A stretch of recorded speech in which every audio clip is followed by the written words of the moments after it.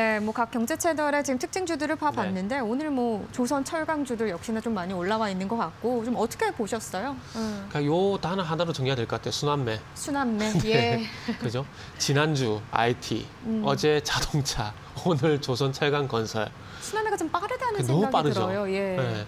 그래서 한 가지 또 걱정이 되는 건 뭐냐면 이 빠른 순환매에서 좀 소외되는 분도 분명히 있을 거거든요. 예.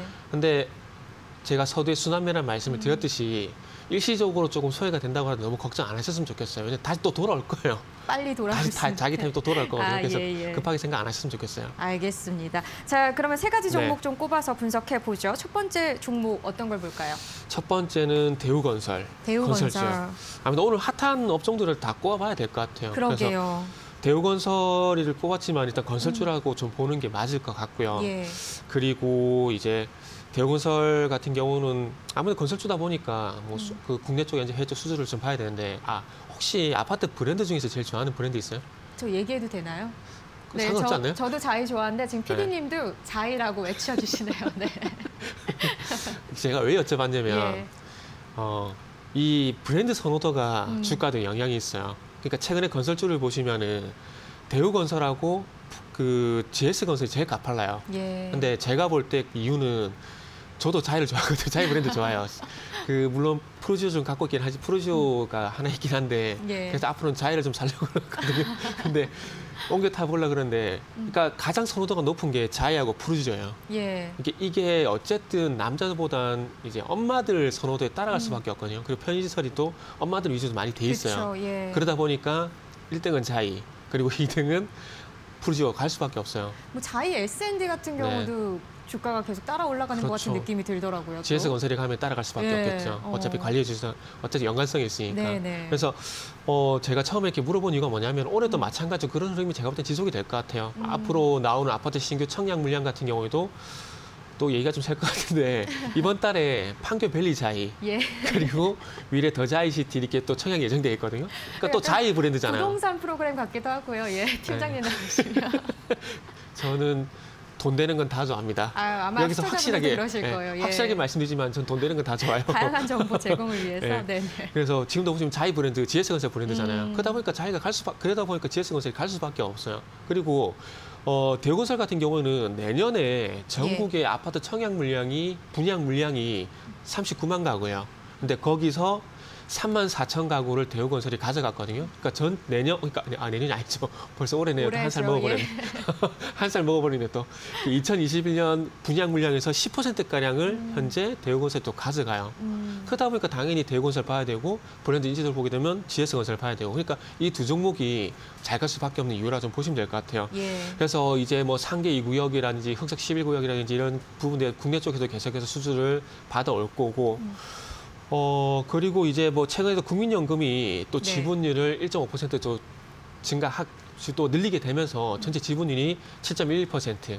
아무래도 국민연금도 어쨌든 운용을 하려면 돈 되는 것을 할 수밖에 없는 부분들이거든요. 그렇죠. 그래서 어떻든 부동산, 그러니까 제가 첫뒤에 이렇게 아파트 얘기했던 이유가 뭐냐면은 어쨌든 이런 정책들을 알아야 건설주 또 어떤 건설주가 갈 줄 알 수가 있으니까 그런 것 때문에 말씀드렸다고 생각하시면 될 것 같고요. 그래서 어쨌든 국내 부분에서는 아마 국내 부분에서 아파트 시장에 대한 부동산 시장에 얘기가 나오게 된다라면 계속해서 탑2 GS건설, 대우건설은 볼 수밖에 없다라고 좀 말씀드려야 될 것 같고요. 그리고 최근에 뭐 대우건설 같은 경우는 자막이 더 나오고 있지만은 지분율을 높이고 있다는 부분들 이런 네. 부분들을 봤을 때 앞으로도 계속 관심을 가져야 될 것 같습니다. 그러나 어쨌든 국내도 중요하겠지만은 결국 조선도 그렇고 건설도 그렇고 공통점은 뭐냐면은 해외 수주거든요. 네. 해외 수주를 안 볼 수는 없을 것 같아요. 지금 해외 수주 같은 경우에 2015년 이후에 300억 달러에서 계속 정체가 돼 있어요. 그러다 보니까 이 300억 달러는 넘는 해외 수주가 좀 상회가 되죠. 제가 봤을 때는 아마 건설주 같은 경우도 그러니까 대우건설, GS건설 종목이 한정된 것이 아니라 건설업종 전체적으로 봤을 때 아마 이 해외 수주가 300억 달러 넘는 그런 흐름이 나와줘야 아마 지금의 삼성전자인지 그리고 현대차라든지 이런 종목들처럼 우상향이 되지 않겠나라고 생각을 하고 있습니다. 그래서 일단은 해외 수주를 포함한 실적에 대한 어떤 턴어라운드 이런 부분들이 좀 분명히 나와야 된다고 말씀드리고 싶고요. 그 차트적인 부분도 간단하게 좀 보자면은 예. 지금 오늘 너무 많이 올라요. 14%까지 오르고 있거든요. 그러게요. 그래서 이렇게 신고가 하는 건 좋지만은 제가 서두에 방송 초기에 말씀드렸듯이 가파른 건 별로 그렇게 선호하지는 않습니다. 네. 그래서 대우건설, GS건설 기억해 놓으셨다가 지금 추격 매수 하시지 마시고요. 하지 마시고 어쨌든 계속해서 가파르게 갈 수는 없습니다. 조정이 나왔을 때 조정을 이용한 추정 매수, 저가 매수 이런 부분들을 다시 한번 말씀 좀 드려보도록 하겠습니다. 네, 급할 때 따라가지 마라. 네, 이 부분은 꼭 기억을 해주셔야 될 것 같습니다. 대우건설 살펴봤고요. 네. 두 번째 종목 살펴보죠. 네, 두 번째는 포스코입니다. 예. 차트적인 부분을 보게 되면 제가 볼 때는 대우건설보다는 포스코건설이 좀 더 나은 것 같아요. 그리고 일단은 오늘 포스코 같은 경우는 뭐 철강이지만 네. 뭐 삼성중공업, 뭐 현대건설, 그리고 이제 현대로템 이런 종목들과 연관성이 분명히 있다라고 좀 봐야 될 것 같아요. 그리고 지금 차트가 나오기 전에 차트 좀 먼저 좀 보면서 말씀을 드릴게요. 예. 지금 포스코 같은 경우에는 지난 9월 달 이후에 계속해서 우상향을 하다가 최근 12월 달부터 약간 조금 가격을 보게 되면 27만 5천 원 전후에서 행보림이 지속이 되고 있거든요. 그런데 오늘 어쨌든 다시 한번 거래량이 실려주게 되면서 전고점 돌파하는 시도가 나오고 있습니다. 예. 근데 이걸 왜 중요하게 봐야 되냐면은 결국 새로운 가격을 이끄는 어떤 주도하는 세력이 있어야 종목의 추가 상승이 좀 가능하다라는 거죠. 종목에 대한 어떤 크기에 대한 차이는 분명히 있지만 최근에 그 사막 콘덴서라는 종목을 한번 예를 들어 보게 된다면은 사막 콘덴서 같은 경우에도 지금 11월 16일 이후에 가격을 보게 되면은 58,000원 전후에서 행보가 나왔거든요. 행보가 나오다가 결국 12월 23일 날 이 58,000원 돌파하는 거래량 양봉이 나오게 되면서 신고가 지금 나오고 있는 상황이거든요. 근데 이거는 종목이 중형주라서 대형주라고 했을 때 제가 봤을 때 틀리진 않아요.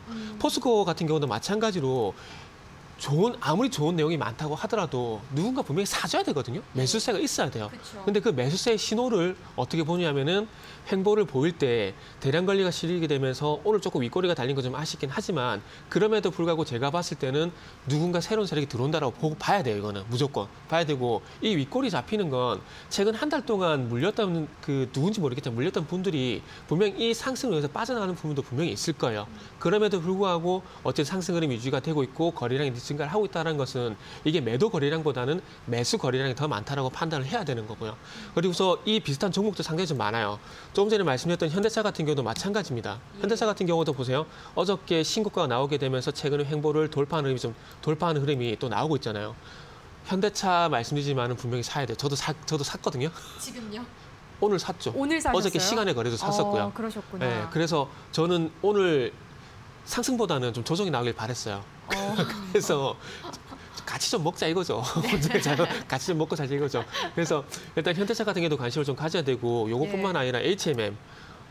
HMM 같은 경우도 지금 최근에 행보를 보이다가 어저께 또 신고가가 나오고 있잖아요. 보세요. 이런 종목도 분명히 제가 볼 땐 관심을 가져야 된다는 거예요. 예. 지금 삼성 SDI보다는 위치가 전반적으로 봤을 땐 제가 위치적인 부분을 봤을 때 삼성 SDI라든지 전기차 관련 종목들보다는 위치가 그나마 낮습니다. 그럼 앞으로 갈 수 있는 폭이 더 많다는 얘기거든요. 네네. 그렇기 때문에 방금 보여드린 뭐 HMM이라든지 현대차라든지 포스코 같은 경우에는 관심을 좀 가져야 될 것 같아요. 그리고 특히나 포스코 같은 경우는 왜 제가 말씀을 드리냐면은 다른 종목들에 비해서 이 상승하는 추세가 되게 제가 볼 때 완만할 것 같아요. 예. 그러면 내가 가지고 있는 그 포트에 이렇게 안정적으로 우상향하는 종목이 있다라면은 상당히 그것도 따뜻해요.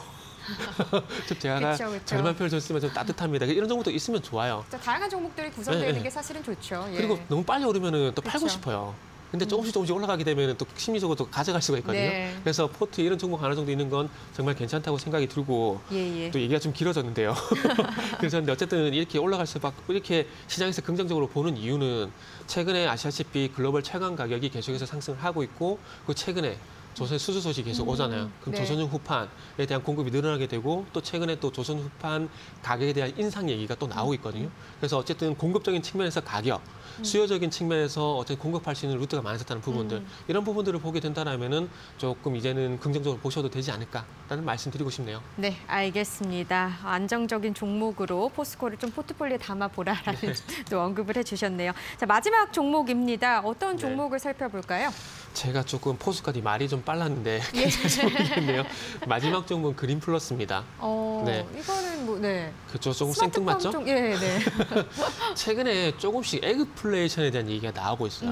지난주에 그 얘기 해줬잖아요. 예. 방송 초반에 돈이 많이 풀리게 되면서 이런 부분에서 지적을 해줬잖아요.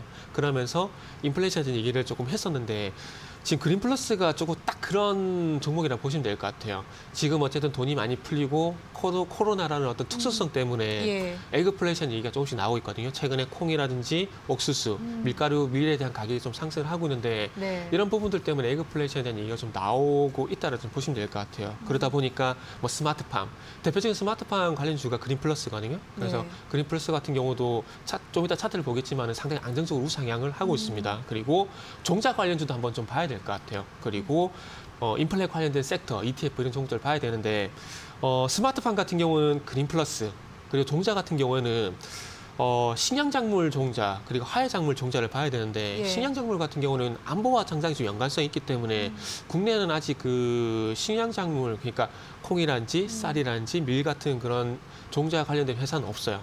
그런데 요새 미국 주식 많이 하시잖아요. 예. 그래서 미국 보면은 몬산토라는 회사가 있어요. 그래서 그 회사 한번 관심 가져보면 될 것 같고 화훼작물 같은 경우는 우리가 두 개가 있더라고요. 농우바이오 그리고 아시아 종묘. 아유. 요거 같은 경우 토마토라든지 이런 예. 그 화훼 작물 있잖아요. 최근 또 짧게 우스갯소리를 드리면은 최근에 롯데리 같은 경우 토마토 선택으로 바뀌었거든요. 네. 그래서 이게 왜 드냐면 최근 토마토 가격이 많이 올랐어요.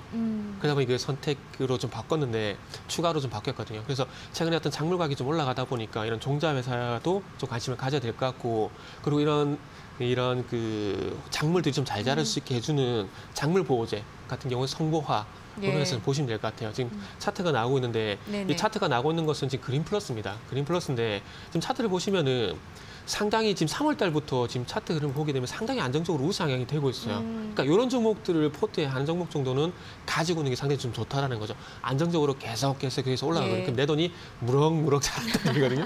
그리고 이제 그린 플러스 같은 경우는 네. 이제 한 가지 숙제가 있죠. 이제 13,500원을 조금 안정적으로 시원하게 좀 뚫어주는 흐름이 나오게 된다라면은 그때 가서 추경 매수가 아닌 항상 말씀드리지만은 추정 매수. 추정 매수로. 추경 매수와 추정 매수는 틀립니다. 예. 그래서 추정 매수할 수 있기 때문에 그린 플러스 같은 경우도 13,500원 돌파 시에 한번 관심을 가져보자. 이런 말씀을 또 마지막으로 드려보도록 하겠습니다. 네, 알겠습니다. 뭐 건설과 철강 그리고 스마트팜까지 오늘 세 가지 종목도 분석을 해주셨네요. 오늘 말씀도 고맙습니다. 네, 감사합니다.